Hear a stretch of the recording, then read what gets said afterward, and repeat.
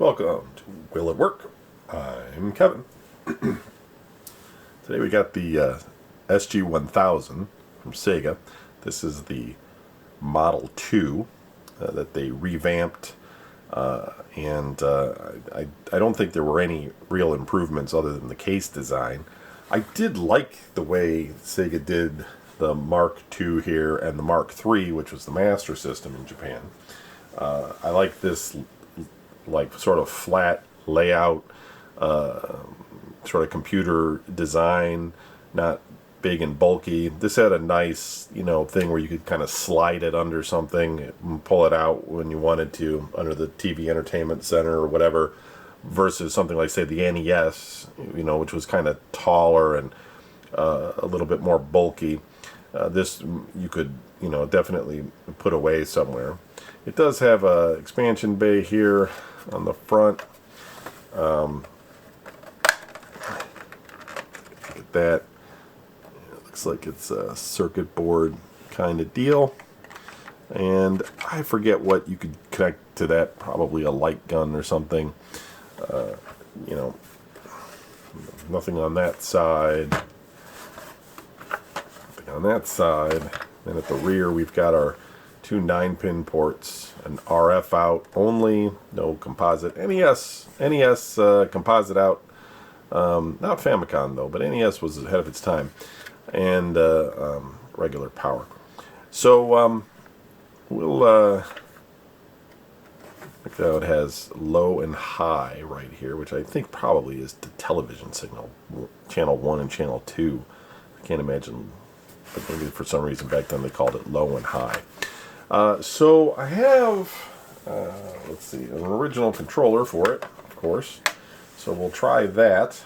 And I do have two games. They're both from Japan. They are probably pretty simple, since this system was not as advanced as the actual NES at the time. That's why they eventually came out with the Master System, which was to be more competitive with the NES. Unfortunately for Sega, they also then had to deal with the PC Engine, Turbo Grafx, which ultimately, had a lot more, had 16-bit graphics. It had a lot more horsepower to move things around, so that the Master System by that point, or shortly thereafter, wasn't quite as impressive. So I do have, I'm looking for the games. I'm trying to find them. See, they're around here somewhere. But what we'll do is we'll switch over to the video side, and we'll try both of these games out, and we'll see if the system and the games work, and go from there. So I was going to show you the cartridges, but I can't figure out which one. Oh, here we go.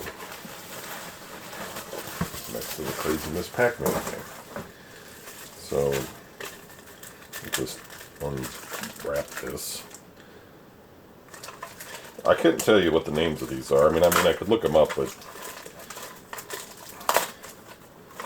we've got this guy, the gun. He's zeroing in on a subway thing.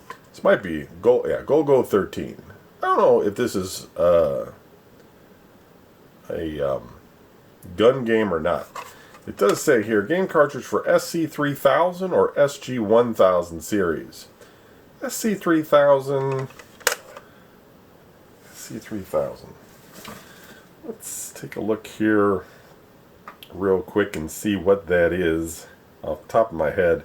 I think it might be a computer.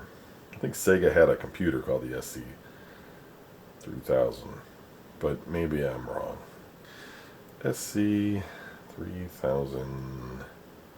Sega. Yeah, it's a computer. You can get one on eBay for $500. is the first computer to be designed and manufactured by Sega. It was first released in July of 1983 in Japan and serves as the home computer equivalent of the SG-1000 cartridge-based video game console. So it probably sucks. No, I mean, whatever. We don't collect computers in this journey of ours, so that doesn't matter. But, you know, it would have been kind of cool if there would have been like an NES computer. Like, you could, like, have a computer, and then you could also play NES games on it. And then we have Hustle Chummy, a little mouse guy, etc. So we'll switch over to the video side. We'll try both of these games, both from 1984. And this is 1014, and this is 1035. Interesting. And yeah, we'll see if everything works. Here we go.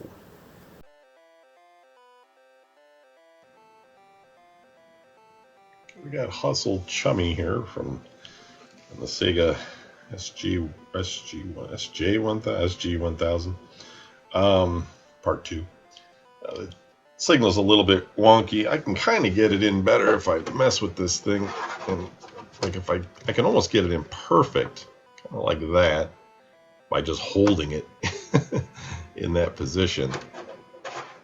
But keeping it there is another struggle. But I'm sure if I, like, you know, was invested in it.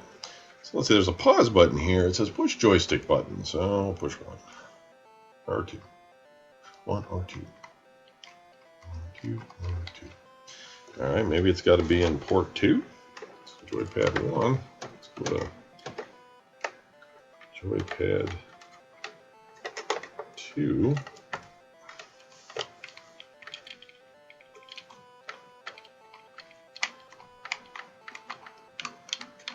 Those aren't doing anything. Let's go back to joypad 1.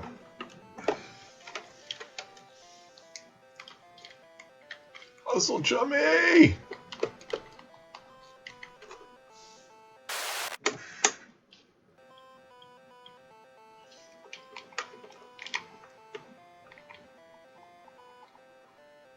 Well, it's hard to know if the joystick doesn't work or if the game is being wonky. I would assume it has to normally be in joystick port 1. I mean, the only one I know that was weird like that was Commodore 64, where you'd have to use the joystick port 2 for a lot of things. Joystick port 2.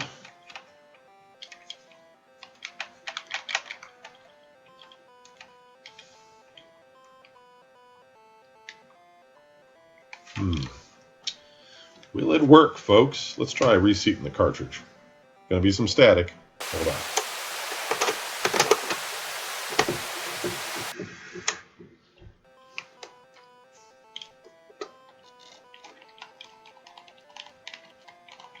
Nope.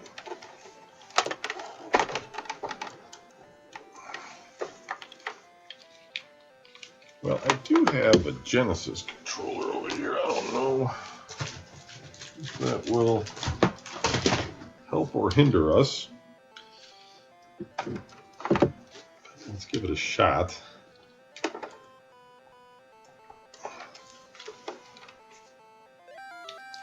Yeah, okay, so the gamepad's not so great. Looks like I can't move with the Genesis controller. Okay, paused it. Hey, there's a pause button on this. Did I mention that? All right. Let's see. This controller is completely zonked. I'll have to find myself another SJ-150 controller. We'll probably open this thing up, though, and take a look at it. It's probably just old, and contacts are probably in need of some cleaning.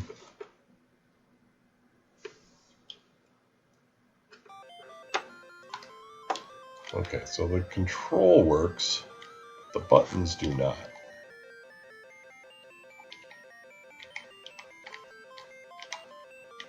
Ooh. Uh-oh, that That monster's going to get me. Oh, I'm hiding in my mouse hole. Can you find me in there? Oh, no, we didn't go that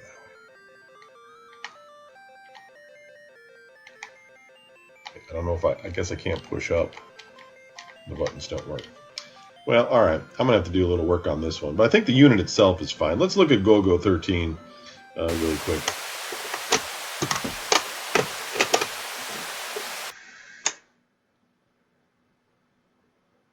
See if this even works. Is it going to work?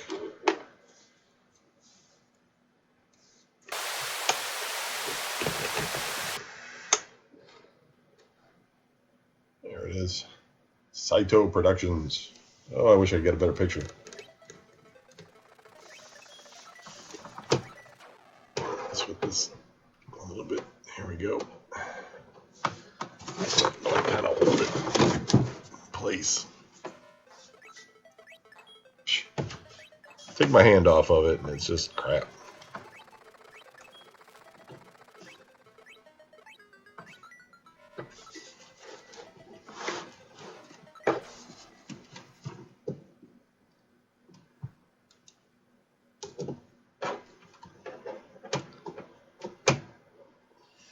Anyway, can't push any buttons anyhow. All right, well, thanks for watching this one. The signal is something that's no big deal. I can work that out, but it looks like I got to try and fix this game controller. We'll be back tomorrow with another video.